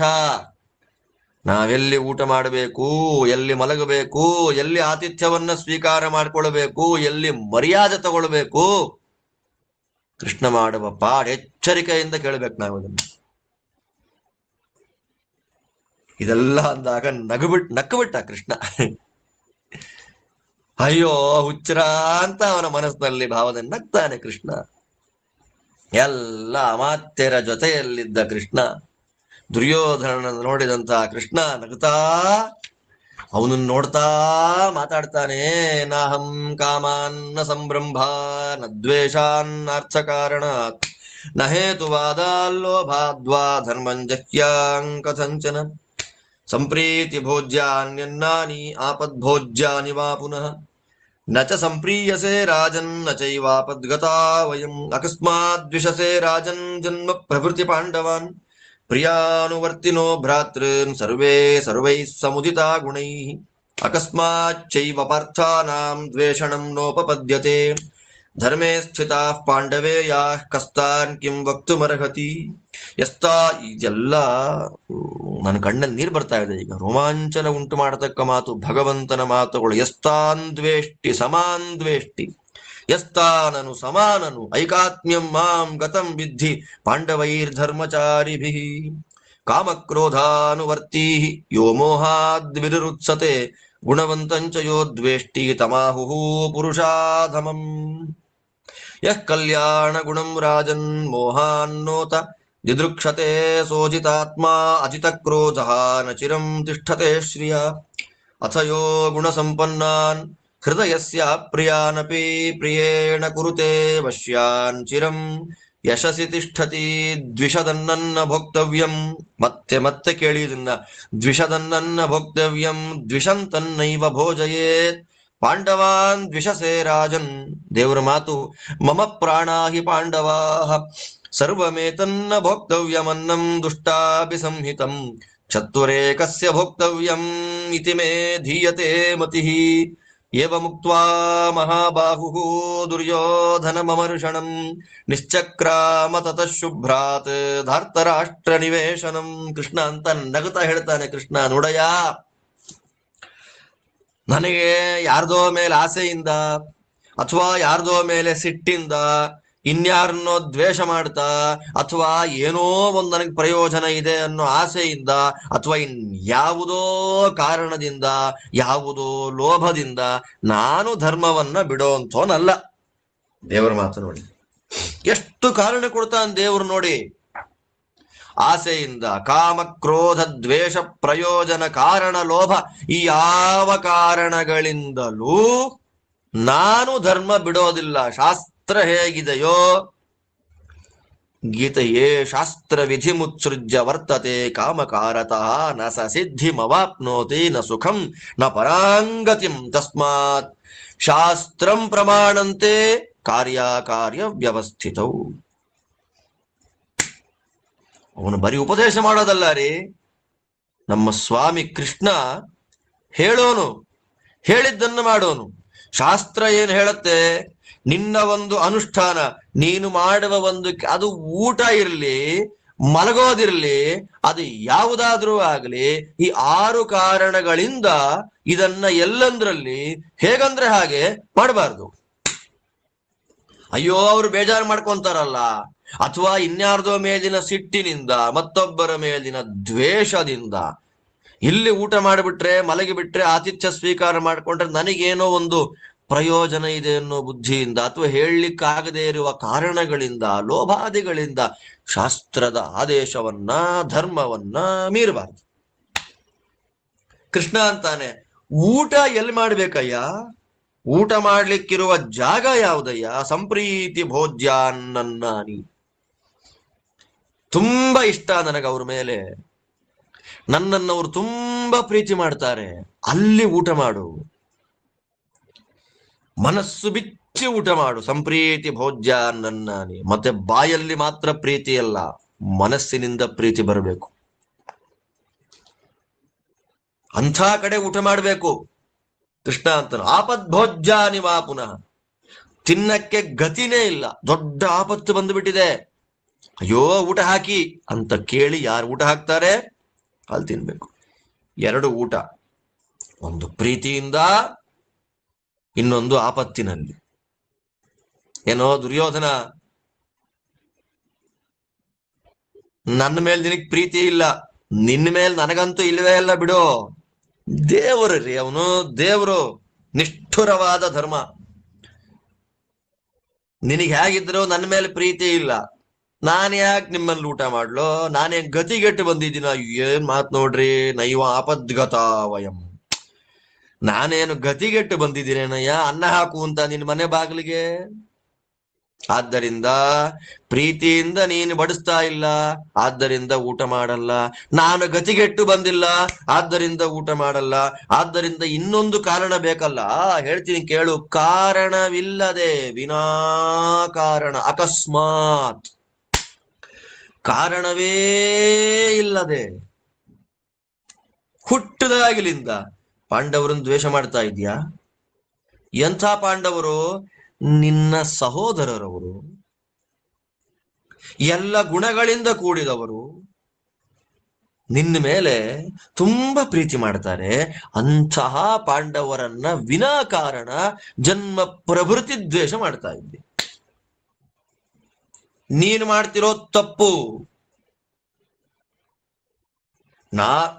ನೀನ್ ಹೇಳ್ಬೋದು ಆಸೆಯಿಂದ ಲೋಭದಿಂದ ಕಾರಣ ಧರ್ಮ ಬಿಡಲ್ಲ ಅಂತ. ಪಾಂಡವರ ಮೇಲೆ ಇಷ್ಟವಾಗಿ ನೀನು ನನ್ನನ್ನು ತಪ್ಪು ಅಂತ ಹೇಳ್ತಾ ಇದ್ಯಾ ಕೃಷ್ಣ ಅಂತ ನೀ ಅನ್ಕೊಳ್ಬಹುದು.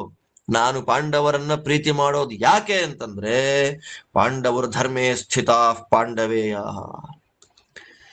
ನನ್ನ ಆದೇಶ ರೂಪವಾದ ಧರ್ಮದಲ್ಲಿ ಆಸಕ್ತರಾಗಿದ್ದಾರೆ ಪಾಂಡವರು. ನೋಡಿ ಎಷ್ಟು ಬಾಳೆಹಣ್ಣಿನ ಸಿಪ್ಪೆಯನ್ನ ಬಿಡಿಸಿ ಬಿಡಿಸಿ ಕೊಡ್ತಾನೆ ಕೃಷ್ಣ. ಯಾರು ಧರ್ಮದಲ್ಲಿ ಆಸಕ್ತರಾಗಿದ್ದಾರೆ ಅವರನ್ನ ಯಾರು ದ್ವೇಷ ಮಾಡಬಾರ್ದು. ಧರ್ಮದ ಮುಖವಾಡ ಹಾಕೊಂಡಿರ್ತಾರಲ್ಲ, ಹೊಡೆದು ಕಳಿಸ್ಬೇಕು ಅವರು, ಗೋಮುಖ ವ್ಯಾಘ್ರರನ್ನ. ಆದ್ದರಿಂದ ಶುದ್ಧವಾದ ಧರ್ಮದಲ್ಲಿ ಆಸಕ್ತರಾದವರು ಪಾಂಡವರು. ಅಂಥವ್ರನ್ನ ಯಾರು ತಾನೇ ದ್ವೇಷ ಮಾಡ್ತಾರೆ? ಅವ್ರನ್ನ ನೀನ್ ದ್ವೇಷ ಮಾಡ್ತಾ ಇದ್ದಿ. ಹೇಳ್ತೀನಿ ಕೇಳು, ಯಾರು ಪಾಂಡವರನ್ನ ದ್ವೇಷ ಮಾಡ್ತಾರೆ ಅವನ್ ನನ್ನನ್ನ ದ್ವೇಷ ಮಾಡ್ತಾನೆ. ಯಾವ ಮಾತು ನೋಡ್ರಿ, ರೋಮಾಂಚನ ಆಗುವಂತಹ ಮಾತು. ಯಸ್ತಾನ್ ದ್ವೇಷ್ಟಿ ಸಮಾಂ ದ್ವೇಷ್ಟಿ ತದ್ ಭಕ್ತ ದ್ವೇಷ ಏವಚ. ನವವಿಧ ದ್ವೇಷಗಳಲ್ಲಿ ಭಗವಂತನ ಭಕ್ತ ದ್ವೇಷ ಅನ್ನೋದು ಪರ್ಯವಸಾನ ಆಗೋದಲ್ಲಿ, ಹೋಗಿ ಸೇರೋದಲ್ಲಿ ವಿಷ್ಣು ದ್ವೇಷದಲ್ಲಿ. ವೈಷ್ಣವ ದ್ವೇಷ ಪರ್ಯವಸಾನ ವಿಷ್ಣು ದ್ವೇಷದಲ್ಲಿ. ಭೀಷ್ಮದ್ರೋಣಾದಿಗಳಿದ್ದ ಸಭೆಯಲ್ಲಿ ಕೃಷ್ಣ ಹೇಳಿದ್ದಲ್ಲ, ದುಷ್ಟರೇ ತುಂಬಿದ್ದ ಸಭೆಯಲ್ಲಿ ಎದ್ದು ಸರ್ವೋತ್ತಮನಾಡಿದ ಸುವರ್ಣದ ಮಾತುಗಳು. ಯಸ್ತಾನ್ ದ್ವೇಷ್ಟಿ, ಪಾಂಡವರನ್ನ ಯಾವನೇ ಆಗಲಿ ದ್ವೇಷ ಮಾಡ್ತಾನೋ ಅವನು ನನ್ನನ್ನು ದ್ವೇಷ ಮಾಡದ ಹಾಗೆ. ಯಾರು ಪಾಂಡವರಿಗೆ ಬೇಕಾದವನೋ ಅವನ್ ನನಗೆ ಬೇಕಾದವನು. ನನ್ನ ಪಾಂಡವರ ಮಧ್ಯ ಐಕಾತ್ಮ್ಯ ಇದೆ. ಐಕಾತ್ಮ್ಯ ಅಂದ್ರೆ ಏನು? ನಮ್ಮಿಬ್ಬರ ಸಂಕಲ್ಪ, ನಮ್ಮಿಬ್ಬರ ಮನಸ್ಸು, ನಮ್ಮಿಬ್ಬರ ಬುದ್ಧಿ ಒಂದೇ. ಕೃಷ್ಣ ಹೇಳೋದು ನೋಡ್ರಿ. ಆದ್ದರಿಂದ ನೀ ಏನ್ ಮಾಡ್ತಾ ಇದ್ದಿ? ಕೇವಲ ಕಾಮಕ್ರೋಧಗಳಿಗೆ ಸಿಕ್ಕು ಮೋಹದಿಂದ ಒಳ್ಳೆ ಗುಣಗಳಿಂದ ಕೂಡಿದ ಪಾಂಡವರನ್ನ ದ್ವೇಷ ಮಾಡ್ತಿದ್ದೀಯಲ್ಲ. ಆದ್ದರಿಂದ ನೀನು ಪುರುಷರಲ್ಲೇ ಅಧಮ. ಕೃಷ್ಣ ಸ್ಪಷ್ಟವಾಗಿ ಹೇಳಿಬಿಟ್ಟ, ಸರ್ವ ಜೀವರಾಶಿಗಳಲ್ಲಿ ಅಧಮಾತಿ ಅಧಮ ಯಾರು ಅಂದ್ರೆ ಕಲಿಯೇ ದುರ್ಯೋಧನ ತಾನೆ. ಪುರುಷಾಧಮ ಕಣಯ್ಯ ನೀನು. ಮೋಹದಿಂದ, ಅಜ್ಞಾನದಿಂದ, ತಪ್ಪು ತಿಳುವಳಿಕೆಯಿಂದ ಒಳ್ಳೆ ಗುಣಗಳು ಕಂಡ್ರು ಅದನ್ನ ನೋಡ್ಲಿಕ್ಕೆ ನಿನಗೆ ಮನಸ್ಸಾಗ್ತಾ ಇಲ್ವೋ? ಅದರಿಂದ ಏನ್ ಗೊತ್ತಾಗ್ತಾ ಇದೆ? ಅವನು ಜಿತಾತ್ಮ ಅಲ್ಲ, ಮನಸ್ಸನ್ನ ಕಂಟ್ರೋಲಿಗೆ ಪಡೆದಿಲ್ಲ. ಅಜಿತ ಕ್ರೋಧ, ಕೋಪವನ್ನ ಗೆದ್ದಿಲ್ಲ. ಇಂತಹ ವ್ಯಕ್ತಿ ಮನಸ್ಸನ್ನ ಯಾರು ಗೆದ್ದಿಲ್ಲ, ಕೋಪವನ್ನ ಯಾರು ಗೆದ್ದಿಲ್ಲ, ಸ್ವೋತ್ತಮ ದ್ರೋಹವನ್ನ ಯಾರು ಮಾಡ್ತಾನೆ, ಸ್ವೋತ್ತಮ ದ್ರೋಹ ದ್ವಾರ ನನ್ನ ದ್ವೇಷವನ್ನ ಯಾರು ಮಾಡ್ತಾನೆ, ಅವನ ಹತ್ತಿರದಲ್ಲಿ ತುಂಬಾ ದಿನ ಸಂಪತ್ತು ಉಳಿಯೋದಿಲ್ಲ.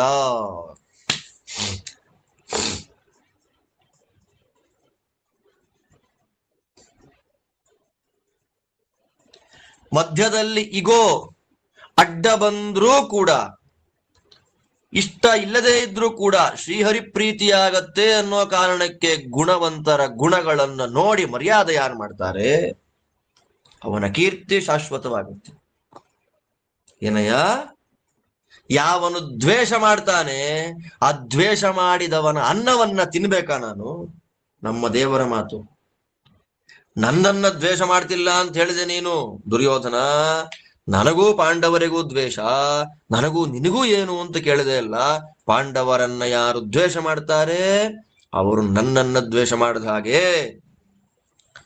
ದ್ವೇಷ ಮಾಡುವವರ ಅನ್ನವನ್ನ ತಿನ್ನಬಾರದು, ದ್ವೇಷ ಮಾಡುವವರಿಗೆ ಅನ್ನವನ್ನು ಹಾಕಬಾರದು. ನೋಡಿ, ವಿಷ್ಣು ವೈಷ್ಣವ ದ್ವೇಷ ಶಾಸ್ತ್ರದ ಮುಖವಾಡ ಹಾಕೊಂಡು ಯಾರು ಬದುಕ್ತಾ ಇರ್ತಾರೆ. ಕೀರ್ತಿಗಾಗಿ ಶಾಸ್ತ್ರ, ಹಣಕ್ಕಾಗಿ ಶಾಸ್ತ್ರ, ಆಚರಣೆಗಾಗಿ ಶಾಸ್ತ್ರ ಅಲ್ಲ. ಅಂಥವ್ರಿಗೆ ಅನ್ನ ಹಾಕಬಾರದು, ಅಂಥವರ ಅನ್ನ ತಿನ್ನಬಾರದು. ನೀ ಯಾರನ್ನು ದ್ವೇಷ ಮಾಡ್ತಾ ಇದ್ಯಾ? ನೀನ್ ಯಾರನ್ನು ದ್ವೇಷ ಮಾಡ್ತಾ ಇದ್ದಿ? ಪಾಂಡವರನ್ನ ದ್ವೇಷ ಮಾಡ್ತಿದ್ದಿ. ಮತ್ತೆ ಮತ್ತೆ ನಿಮ್ಮ ಎದೆಯಲ್ಲಿ ಅಚ್ಚು ಮಾಡಿ ಬರೆದಿಟ್ಕೊಂಡ್ಬಿಡಿ ಇದನ್ನೆಲ್ಲ. ಪಾಂಡವಾನ್ ದ್ವಿಷಸೆ ರಾಜನ್ ಮಮ ಪ್ರಾಣಾಹಿ ಪಾಂಡವ. ನೀನು ಪಾಂಡವರನ್ನ ದ್ವೇಷ ಮಾಡ್ತಾ ಇದ್ದೆ ಅಲ್ವೇನೋ? ಪಾಂಡವರು ಯಾರು? ನನ್ನ ಪ್ರಾಣರು ಪಾಂಡವರು ಅಲ್ವಾ? ಪಾಂಡವರು ಅಂದ್ರೆ ಪಂಚಪ್ರಾಣ. ಭಗವಂತನ ಒಳಗೆ ಪಂಚಪ್ರಾಣ ರೂಪದಿಂದ ಮುಖ್ಯ ಪ್ರಾಣದೇವರಿದ್ದು ಸೇವೆಯನ್ನು ಮಾಡ್ತಾರೆ. ಅಂಥ ಪಂಚ ರೂಪದ ಮುಖ್ಯ ಪ್ರಾಣದೇವರ ಸನ್ನಿಧಾನ ಪಾತ್ರರೇ 5 ಜನ ಪಾಂಡವರು. ಅದರಲ್ಲಿ ಪ್ರಾಣನಾಮಕರಾದ ವಾಯುದೇವರೇ ಭೀಮಸೇನ. ಅದರಲ್ಲಿ ವ್ಯಾನ, ಉದಾನ, ಸಮಾನ, ಅಪಾನ ಮೊದಲಾದವರದ್ದೆಲ್ಲ ಸನ್ನಿಧಾನ ವಿಶೇಷ ಯಾರಲ್ಲಿದೆ? ಧರ್ಮಜ, ಅರ್ಜುನ, ನಕುಲ ಸಹದೇವರಲ್ಲಿದೆ. ಆದ್ದರಿಂದ ಮಮ ಪ್ರಾಣಾಹಿ ಪಾಂಡವಾಹ. ಕೃಷ್ಣ ಹೇಳಿದ ಮಾತು ಶಾಶ್ವತವಾಗಿ ನಿಲ್ಲುವಂತಹ ಮಾತು. ಕೃಷ್ಣ ಪ್ರಿಯರಾದ, ಕೃಷ್ಣ ಭಕ್ತರಾದ, ಕೃಷ್ಣ ಪ್ರಾಣರಾದ ಪಾಂಡವರನ್ನ ದ್ವೇಷ ಯಾರು ಮಾಡ್ತಾರೆ ಅವರು ಕೃಷ್ಣ ದ್ವೇಷ ಮಾಡ್ತಾರೆ. ಯಾಕೆ? ಕೃಷ್ಣ ದೇವರಿಗೆ ಪ್ರಾಣಪ್ರಿಯರಾದವರು ಪಾಂಡವರು. ಇದು ಯಾರೋ ಬರದ ಮಾತಲ್ಲ, ಯಾರೋ ಹೇಳಿದ ಮಾತಲ್ಲ. ಕೃಷ್ಣ ರೂಪದಿಂದ ಹೇಳಿದ್ದು, ವ್ಯಾಸ ರೂಪದಿಂದ ಬರೆದದ್ದು. ವೈಶಂಪಾಯನ ರೂಪದಿಂದ ಜನಮೇಜಯನಿಗೆ ಹೇಳಿದ್ದು. ವೈಶಂಪಾಯನರ ಒಳಗೆ ಯಾರಿದ್ದಾರೆ? ಚತುರ್ಮುಖ ಬ್ರಹ್ಮದೇವರ ಸನ್ನಿಧಾನ ಇದೆ. ಆಲೋಚನೆ ಮಾಡಿ. ನಾವು ಸಾಧಕರಾಗಬೇಕು ಅಂದ್ರೆ ಭೀಮ ಹೇಳಿದ ಹಾಗೆ ನಡಿಬೇಕು. ನಮಗೆ ಮೋಕ್ಷ ಬರಬೇಕು ಅಂದ್ರೆ ಅರ್ಜುನ ಹೇಳಿದ ಹಾಗೆ ನಡಿಬೇಕು. ನಾವು ಸಾಧಕರಾಗಬೇಕು ಅಂದ್ರೆ ಧರ್ಮಜ ಇದ್ದಾಗಿರ್ಬೇಕು. ಧರ್ಮಜ ಅನ್ನೋ ಧರ್ಮ, ಭೀಮಸೇನ ಅಂತನ್ನುವುದು ಭಕ್ತಿ, ಜ್ಞಾನ, ವೈರಾಗ್ಯ, ಪ್ರಜ್ಞಾ, ಮೇಧ, ಧೃತಿ, ಸ್ಥಿತಿ, ಯೋಗ, ಪ್ರಾಣ, ಬಲ, ದಶಗುಣಗಳು. ಅರ್ಜುನ ಶ್ರವಣ, ಮನನ, ನಿಧಿಧ್ಯಾಸನ. ನಕುಲ ಸಹದೇವರು ಶೀಲ, ವಿನಯ. ದ್ರೌಪದಿ ವೇದವಿದ್ಯೆ. ಈ 17 ಎಲ್ಲಿದೆ? 18ನೇವನಾಗಿ ಸರ್ವೋತ್ತಮ ನಾನಿದ್ದೇನೆ ಅಂತ ತೋರಿಸ್ಕೊಡ್ತಾನೆ ದೇವರು. ಇದೇ 18 ಪರ್ವದ ಮಹಾಭಾರತ, ಬೇರೆ ಇಲ್ಲ. ಆದ್ದರಿಂದ ನಮ್ಮಲ್ಲಿ ಪಾಂಡವರಿಗೆ ಸಂಬಂಧಿಸಿದ 16 ಗುಣಗಳಲ್ಲಿ ಒಂದಾದ್ರೂ ನಮ್ಮಲ್ಲಿರ್ಬೇಕು.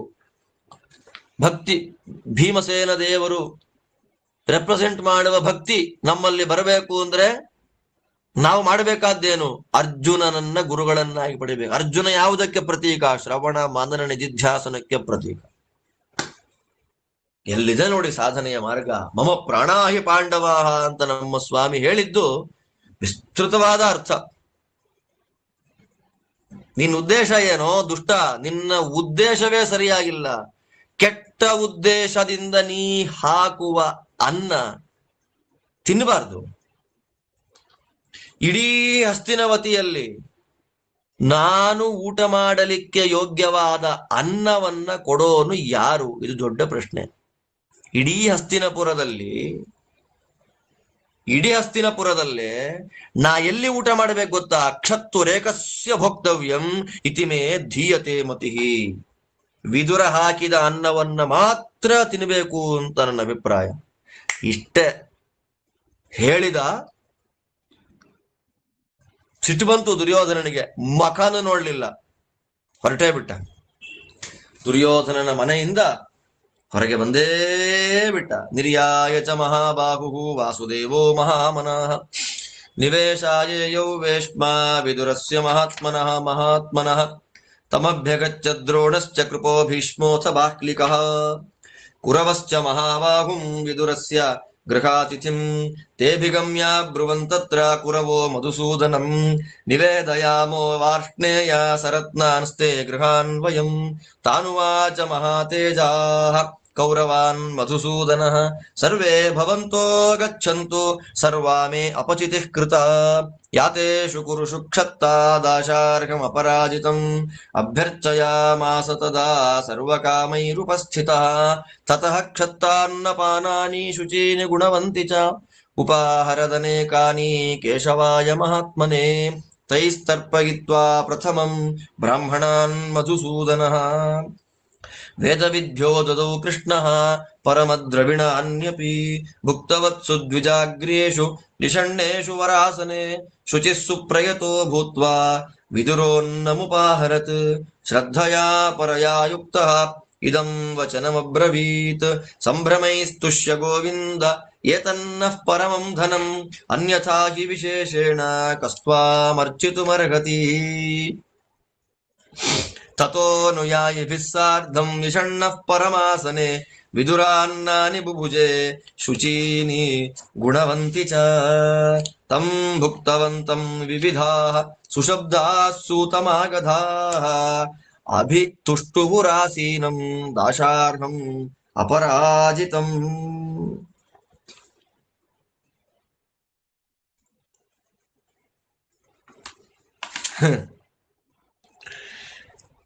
ಕೃಷ್ಣ ಯಾವಾಗ ಎದ್ದು ಬಂದ ಅಂತ ಗೊತ್ತಾಯ್ತು ಸುದ್ದಿ,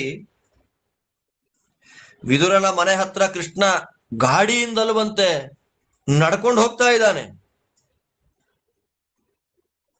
ಯಾರ ಮನೆಗೆ? ವಿದುರಸ್ಯ ಮಹಾತ್ಮನಃ, ಮಹಾನುಭಾವನಾದ ವಿದುರನ ಮನೆಗೆ ಹೋಗ್ತಾ ಇದ್ದಾನೆ.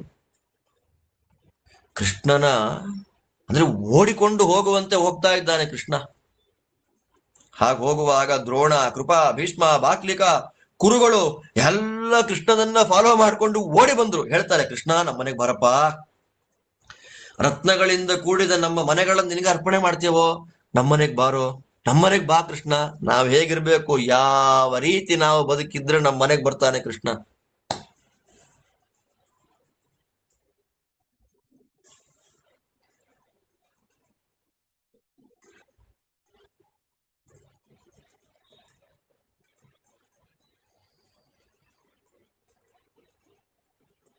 ಇರಬೇಕು. ಕ್ಷಮಿಸಿ, ಭಾವುಕ ಆಗ್ಬಿಟ್ಟೆ ನಾನು. ಎಲ್ಲ ಕೇಳಿದ್ರು, ನನಗೆ ಸಂಪತ್ತಿದೆ, ಮನೆ ಇದೆ, ಶ್ರೀಮಂತಿಕೆ ಇದೆ, ರತ್ನಗಳಿಂದ ಕೂಡಿದ ಮನೆಗಳನ್ನೇ ನಿನಗೆ ಅರ್ಪಣೆ ಮಾಡ್ತೇವೆ, ಬಾರೋ ನಮ್ಮನೆಗ್ ಬಾ ಕೃಷ್ಣ. ಹೌದನಾ? ಸಭೀಷ್ಮ ಮುಖ್ಯೈ, ಆಚಾರ್ಯ ಮಾತು ನೋಡಿ, ಸಭೀಷ್ಮ ಮುಖ್ಯೈರಭಿಯಾಚಿತೋಪಿ ಜಗಾಮನೈಷಾಂಗೃಹಮಾದಿದೇವ. ಭೀಷ್ಮರೇ ಮೊದಲಾದವರೆಲ್ಲ ಅಭಿಯಾಚಿತೋಪಿ, ಯಾಚಿತ ಅಂತ ಶಬ್ದ ಪ್ರಯೋಗ ಮಾಡಲಿಲ್ಲ ಶ್ರೀಮದಾಚಾರ್ಯರು, ಅಭಿಯಾಚಿತೋಪಿ ಬೇಡಿಬಿಟ್ರು.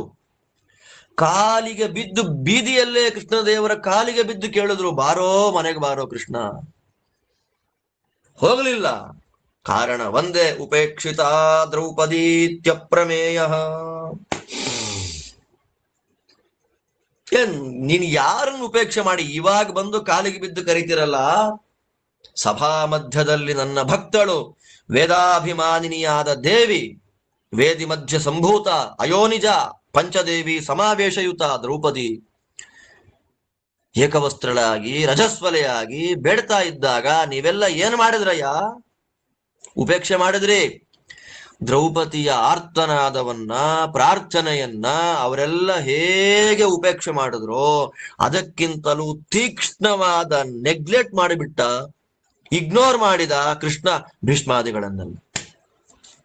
ಸಭೀಷ್ಮ ಮುಖ್ಯೈ ಅಭಿಯಾಚಿತೋಪಿ ಜಗಾಮ ನೈಷಾಂಗೃಹಮಾದಿದೇವ. ಆಚಾರ್ಯ ಹೇಳ್ತಾರೆ, ಹೋಗಲಿಲ್ಲ ಅವ್ರ ಮನೆಗೆ. ಆದ್ದರಿಂದ ಶಾಸ್ತ್ರವೇ ಬೇಡ, ಶಾಸ್ತ್ರವೇ, ದ್ರೌಪದಿ ಶಾಸ್ತ್ರ, ಶಾಸ್ತ್ರವೇ ಬೇಡ ಅಂದವರಿಗೆ ಕೃಷ್ಣ ಸಿಗೋಲ್ಲ. ಶಾಸ್ತ್ರದ ಮೇಲಿನ ಅಪಚಾರ ಮಾಡುವವರಿಗೆ ಕೃಷ್ಣ ಸಿಗೋಲ್ಲ. ಶಾಸ್ತ್ರಕ್ಕೆ ಕೆಟ್ಟ ಅರ್ಥ ಮಾಡುವವರಿಗೆ ಕೃಷ್ಣ ಅವರ ಮನೆಗೆ ಬರೋದಿಲ್ಲ. ಶಾಸ್ತ್ರದ ಹೆಸರು ಹೇಳಿಕೊಂಡು ಸ್ವೇಚ್ಛೆಯಿಂದ ಬದುಕುವಂಥವರ ಮನೆಗಳಿಗೆ ಕೃಷ್ಣ ಬರೋದಿಲ್ಲ. ಯಾಕೆ? ದ್ರೌಪದಿಯನ್ನು ಉಪೇಕ್ಷೆ ಮಾಡಿದ್ದೀರಿ. ದ್ರೌಪದಿ ವೇದವಿದ್ಯಾ, ವೇದವಿದ್ಯಾತು ಪಾರ್ಷತಿ. ಕೃಷ್ಣದೇವರಿಗೆ ನೋವಾಗೋದು ಯಾವಾಗ ಗೊತ್ತಾ? ಕೃಷ್ಣದೇವರಿಗೆ ಸಂಕಟ ಆಗೋದು ಯಾವಾಗ ಗೊತ್ತಾ?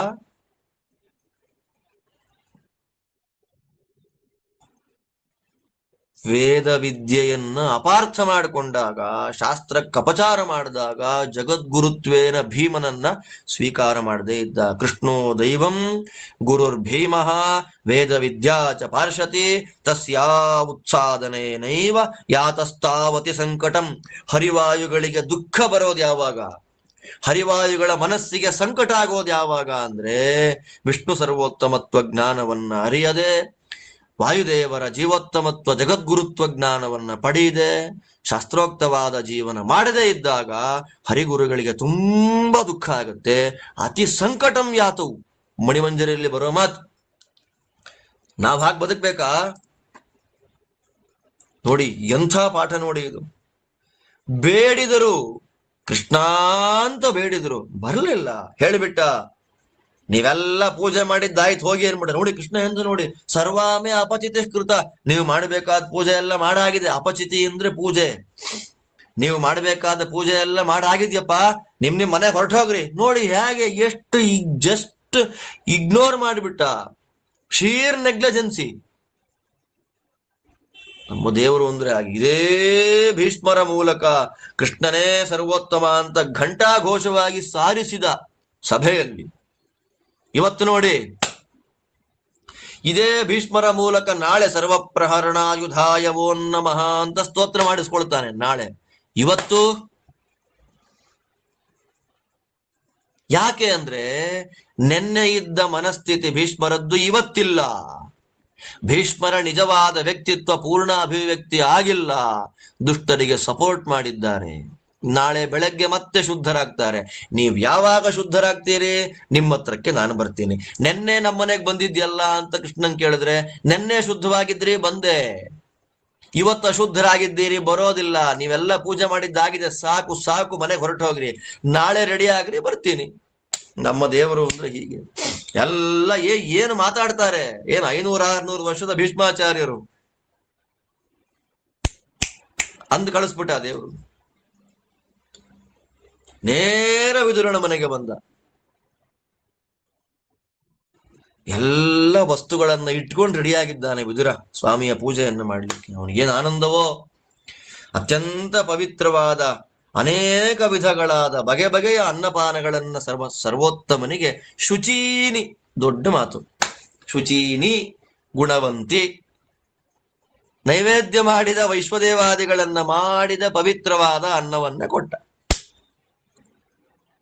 ಕೃಷ್ಣದೇವರಿಗೆ ಅವನ ಮುಂದೆ ಇಟ್ರೆ ನೈವೇದ್ಯ, ಆದ್ರೂ ಕ್ರಮ. ದೇವರೇನು ಮಾಡ್ದ?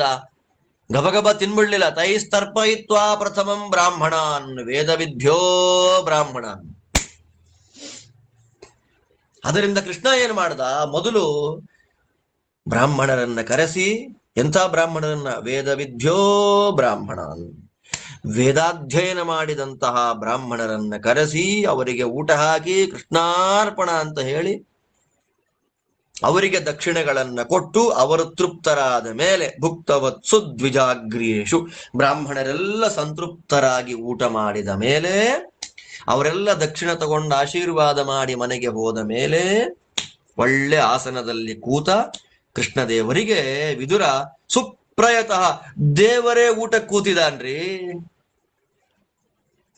ಸಾಕ್ಷಾತ್ ಚಿದಾನಂದಾತ್ಮಕವಾದ ಭಗವದ್ರೂಪ ಎಲೆ ಹಾಕಿ ಎಲೆ ಮುಂದೆ ಕೂತಿದೆ. ಸುಪ್ರಯತಃ ವಿದುರ ಅನ್ನ ಉಪಾಹರತು. ಹಾಗೆ ನೋಡಿ, ಮಹಾಪ್ರಯತ್ನ ಪಟ್ಟು ಶ್ರದ್ಧಯಾ ಪರಯಾ ಯುಕ್ತ, ಅತ್ಯಂತ ಶ್ರದ್ಧೆಯಿಂದ ಅವನಿಗೆ ಅನ್ನವನ್ನ ಬಡಿಸ್ತಾ, ಒಂದು ಶಾಲಗ್ರಾಮಕ್ಕೆ ಒಂದು ಕಲ್ಲು ಮಣ್ಣುಗಳ ಬಂಗಾರ ಬೆಳ್ಳಿ ಪಂಚಲೋಕದ ಪ್ರತಿಮೆಗಳಿಗೆ ನೈವೇದ್ಯ ಮಾಡಿದಾಗ ಆ ನೈವೇದ್ಯ ಮಾಡಿದ ಅನ್ನವನ್ನ ಎಷ್ಟು ಸಂತೃಪ್ತಿಯ ಊಟ ಮಾಡ್ತೇವೆ ನಾವು. ಆ ದೇವರು ನೋಡಿದ ಅನ್ನ, ದೇವರು ತಿಂದ ಅನ್ನ ಅಂತ. ವಿದುರನ ಭಾಗ್ಯ ನೋಡಿ ಆಗಿದೆ. ಎಲ್ಲಿ ಜ್ಞಾನ ಇದೆಯೋ ಅಲ್ಲಿ ಭಗವಂತ ಬರ್ತಾನೆ. ಜಾತಿ ಮತ ಕುಲ ಭೇದ ಇಲ್ಲ ಸ್ವಾಮಿಗೆ. ಸ್ವಾಮಿಗೆ ಬೇಕಾದ್ವಂದೇ ಜ್ಞಾನಪೂರ್ವಕವಾದ ಭಕ್ತಿ.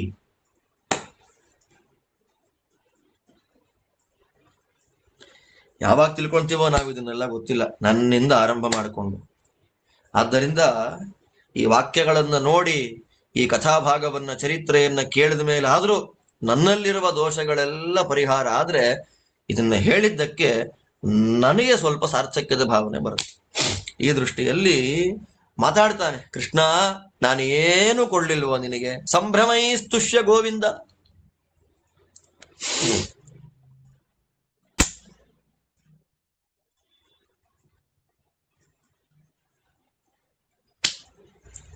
ವಿದುರ ಹೇಳ್ತಾನೆ, ಸಂಭ್ರಮೈಸ್ತುಷ್ಯ ಗೋವಿಂದ. ಕೃಷ್ಣ, ನಾನೇನು ಬಡಿಸಿಲ್ಲಪ್ಪ ನಿನಗೆ. ಸಂಭ್ರಮೈ ತುಷ್ಯ, ವಾದಿರಾಜ ಸ್ವಾಮಿಗಳು ವ್ಯಾಖ್ಯಾನ ಮಾಡ್ತಾರೆ, ಸಂಭ್ರಮ ಅಂದ್ರೆ ಭಕ್ತ್ಯುದ್ರೇಕಾದಿ ಸಂಭ್ರಮೈ ಸಂತುಷ್ಟೋ ಭವ. ಗೋವಿಂದ, ಊಟ ಹಾಕಿ ನಾನು ನಿನಗೆ ತೃಪ್ತಿ ಪಡಿಸ್ತೀನಿ ಅಂತ ಆಗೋದಿಲ್ಲಪ್ಪ. ಸಂಭ್ರಮೈ, ನನ್ನ ಭಕ್ತಿಯಿಂದಲೇ ಸಂತೋಷ ಪಡಪ್ಪ ನೀನು, ನನಗಿನ್ನೇನು ಕೊಡ್ಲಿಕ್ಕೆ ಆಗೋದಿಲ್ವೋ, ಭಕ್ತಿಯಿಂದ ಸಂತೋಷ ಪಡು. ಏತನ್ನ ಪರಮಂ ಧನಂ, ದೊಡ್ಡವರ ಮನೆ ಎಲ್ಲ ಇದೆ, ಶ್ರೀಮಂತರ ಮನೆ, ಉಪ್ಪರಿಗೆಯ ಮನೆಗಳು, 10 ಉಪ್ಪರಿಗೆಯ ಮನೆಗಳು, ಬಂಗಾರದ ಆಸನಗಳು, ವಿಧ ವಿಧವಾದ ಭಕ್ಷ್ಯ ಭೋಜ್ಯಗಳು ಎಲ್ಲ ಬಿಟ್ಟು ಬಂದೆ. ವಿದುರನ ಮನೇಲಿ ಊಟ ಮಾಡಬೇಕು ಅಂತ ಓಡಿ ಬಂದೆ. ನಾನು ಏನ್ ಕೊಟ್ಟೆ ನಿನಗೆ? ಏತನ್ನ ಪರಮಂ ಧನಂ, ನಾನ್ ನಿನಗೆ ಕೊಡುವಂತಹ ದೊಡ್ಡ ಧನ ಏನ್ ಗೊತ್ತಾ? ಭಕ್ತಿಯೇ ನನ್ನ ಧನ. ಇದರಿಂದಲೇ ಸಂತುಷ್ಟನಾಗು ಕೃಷ್ಣ. ಅದಿಲ್ಲ ಅಂದ್ರೆ ನಿನ್ನನ್ನು ಹೇಗೆ ಪೂಜೆ ಮಾಡ್ಲಿಕ್ಕಾಗುತ್ತೋ? ಆಗೋದಿಲ್ಲ ಕೃಷ್ಣ. ನನ್ನ ಆತಿಥ್ಯ ಏನೂ ಇಲ್ಲ, ನನ್ನ ಮನೆಯಲ್ಲಿ ಶ್ರೀಮಂತಿಕೆ ಇಲ್ಲ.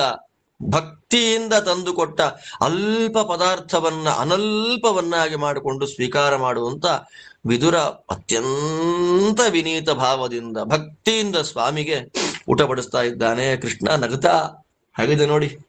ಅವನ ಜೊತೆಯಲ್ಲಿ ಬಂದಿದ್ದ ಎಲ್ಲರ ಜೊತೆಯಲ್ಲಿ ನಗುತ್ತಾ, ಅತ್ಯಂತ ಶುದ್ಧವಾದ ಶುಚೀನಿ ಗುಣವಂತಿ, ಅತ್ಯಂತ ಸಾತ್ವಿಕವಾದ, ಅತ್ಯಂತ ಮಡಿಯಾದ ವಿದುರ ಹಾಕಿದ ಅನ್ನವನ್ನ ನಮ್ಮ ಸ್ವಾಮಿ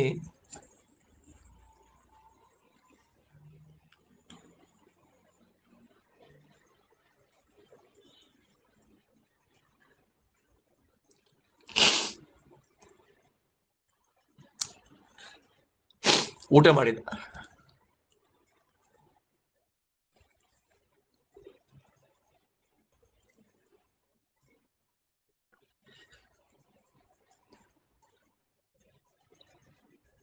ಪ್ರತಿನಿತ್ಯ ದ್ವಾರಕೆಯಲ್ಲಿ ಕೃಷ್ಣ ನಾನಾ ವಿಧವಾದ ಪಂಚಭಕ್ಷ ಪರಮಾನ್ನಗಳಿಂದ ಕೂಡಿದ ಅನ್ನಗಳನ್ನೆಲ್ಲ ಊಟ ಮಾಡ್ತಾ ಇದ್ರು.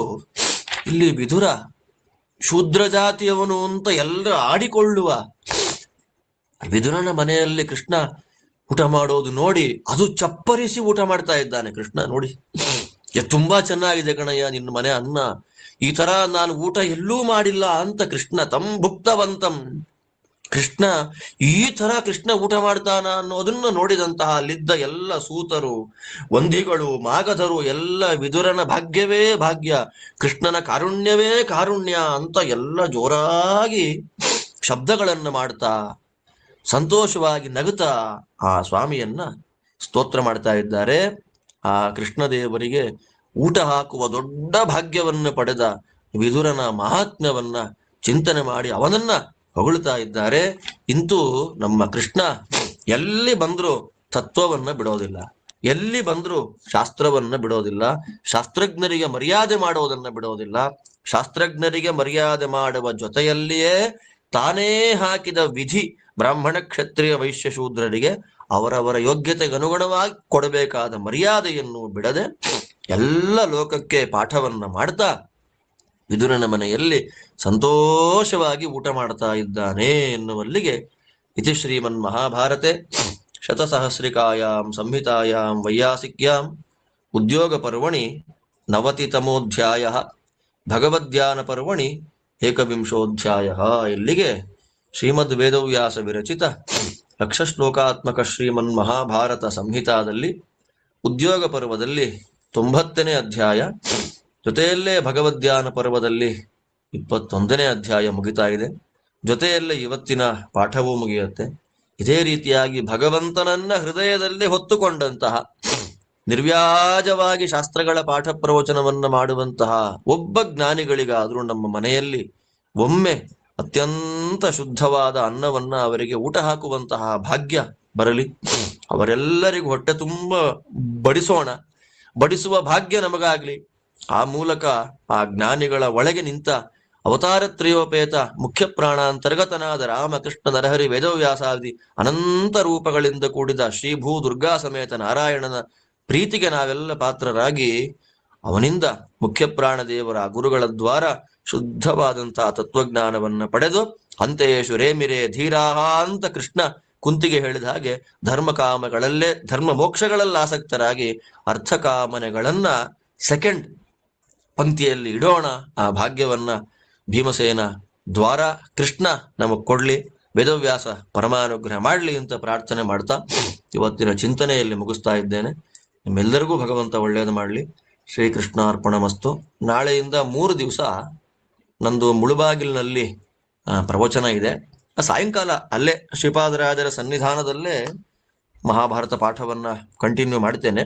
ಬೆಳಗ್ಗೆ 10 ರಿಂದ 10:30, 11 ಗಂಟೆ ತನಕ ಪ್ರವಚನ ಇರುತ್ತೆ. ಯಾರಿಗೆ ಆಸಕ್ತಿ ಇದೆಯೋ ಅವರದನ್ನ ಕೇಳಬಹುದು. ಶ್ರೀಕೃಷ್ಣ ಅರ್ಪಣಮಸ್ತು. ನಾಳೆಯಿಂದ ಪಾಠ ಇದೆ. ಮಹಾಭಾರತ ಸಾಯಂಕಾಲ ಕಂಟಿನ್ಯೂ ಆಗ್ತಾ ಹೋಗುತ್ತೆ.